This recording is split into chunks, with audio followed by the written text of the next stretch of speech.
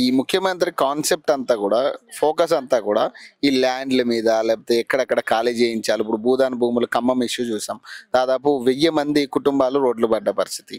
ఇప్పుడు మళ్ళీ మధు పార్క్ రిడ్జ్కి సంబంధించి ఇప్పుడు ఇక్కడ గాంధీ విగ్రహం పేరు మీద ఇక్కడ దాదాపు 1000 కుటుంబాలని రోడ్ల మీద పడేసే ప్రయత్నం చేస్తా ఉన్నారు. అంటే ఇక్కడ మొత్తం ఫోకస్ అంతా కూడా భూముల మీద లేకపోతే మూసీ సుందరీకరణ ఇవే కనపడుతున్నాయి. కానీ నిరుద్యోగుల అంశము, నిరుద్యోగులకు ఉపాధి కల్పించాలి, నిరుద్యోగులకు 2500 నిరుద్యోగ వృత్తి ఇవ్వాలి, 3000 నిరుద్యోగ వృత్తి ఇవ్వాలి. అసలు నిరుద్యోగులు మీకు ఉపాధి కల్పిస్తానని కూడా చెప్పింది కదా, ఉపాధి హామీ ఇది కూడా పెట్టింది కదా, ఉపాధి కల్పిస్తానని చెప్పేసి లక్షల్లో మీరు అప్లై చేసుకోండి లోన్ ఇప్పిస్తా అని చెప్పి కూడా చెప్పింది కదా.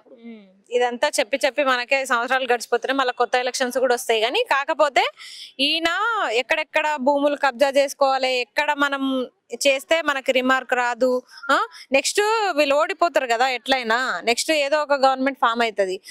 అట్లా అంటప్పుడు వీళ్ళు ఎట్లా బతకాలి? ఇప్పుడు కబ్జా చేసుకొని పెట్టుకుంటేనే కదా రేపటి తరాలు వీళ్ళ పిల్లలు బతకడానికి. అందుకే వీళ్ళు ఏం చేస్తారంటే ఎక్కడెక్కడ ప్లేసెస్ ఉన్నాయో చూసుకుంటున్నారు.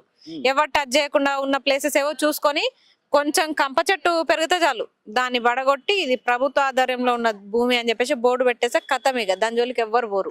మరి ఏం చెప్పదలుచుకున్నావు ఫైనల్ గా నిరుద్యోగుల తరపు నుంచి? మళ్ళీ మీరు 3 రోజుల ప్రోగ్రామ్ ఏదో పెట్టడం జరిగింది. అంటే ఇప్పుడు ఈ ముందస్తు ప్రోగ్రామ్ అనౌన్స్ చేయడం వల్ల కూడా మీరు అరెస్ట్లు అవుతా ఉన్నారు కదా, ఎందుకంటే ఇంత ముందు నుంచి మీరు ఎందుకు సన్నాహాలు చేస్తా ఉన్నారు, ఎందుకు అనౌన్స్లు చేస్తా ఉన్నారు? అంటే బేసిక్గా ఇక్కడ నిరుద్యోగుల అంశాన్ని కూడా ప్రభుత్వం పట్టించుకోనప్పటికీ కూడా మీరు ఏదో మూల ధర్నాలు చేయాలా లేదా ముట్టడి చేయాలనే కాన్సెప్ట్ పెట్టుకుంటానే ఉన్నారు. అక్కడ ముఖ్యమంత్రి నుంచి ఎలాంటి సమాధానం లేనప్పుడు మీరు ఎన్ని చేసినా కూడా ఉపయోగం లేదు కదా. ఉపయోగం లేదు అని మేమెందుకు సైలెంట్ గా ఉంటాము? ఎందుకంటే ఇలాంటివన్నీ చేస్తేనే కదా అప్పుడు తెలంగాణ వచ్చింది, ఇప్పుడు కాంగ్రెస్ గవర్నమెంట్ వచ్చింది. 2 పెద్ద ఉద్యమాలే, అయినా చేసినాము, నెగ్గినాము. ఇప్పుడు కూడా ఉద్యోగాల కోసం ఉద్యమం చేస్తున్నాము. ఇది కొంచెం ఎట్లయితుందంటే ఇప్పుడు స్టార్టింగ్ స్టేజ్ కాబట్టి కొంచెం నడుస్తుంది. తర్వాత ఇంకో సంవత్సరమో 2 సంవత్సరాల్లో కానివ్వండి చివరి దశలో చాలా ఉద్రిక్తం అవుతుంది. అప్పుడు ఏమవుతుంది అంటే ఈ కాంగ్రెస్ పార్టీ ప్రభుత్వం పైన కొంచెం వ్యతిరేకత ఇప్పుడు స్టార్ట్ అయింది.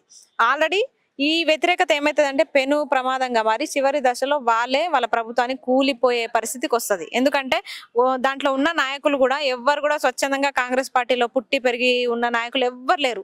అందరు ఇక్కడ నుంచి అక్కడ నుంచి వచ్చిన వాళ్ళే ఉన్నారు కండువాలు కప్పుకొని. నెక్స్ట్ వేరే గవర్నమెంట్ వస్తే అక్కడ పోతారు. కాబట్టి అలాంటి వాళ్ళు చేసే తప్పిదాల వల్ల ఇక్కడ నిరుద్యోగుల జీవితాలు నాశనం అయిపోతున్నాయి. పిచ్చి పిచ్చి జీవోలు తెచ్చి పిచ్చి పనులు, అసలు ఏం చదువుకున్నారో ఐఏఎస్ లో అసలు ఏం చదువుకున్నారో కూడా అర్థమైతలే. ఆ నివేదికలేందో, ఆ కథలేందో, ఈ జీవోలేందో ఏదో ఒకటి మధ్యలో లిటిక్ పెట్టి నోటిఫికేషన్లు ఆపుతుర్రు. కాబట్టి ఆ పని ఫస్ట్ ఈ జీవోలన్నీ రద్దు కావాలి, ఆ తర్వాత నోటిఫికేషన్లు కావాలి.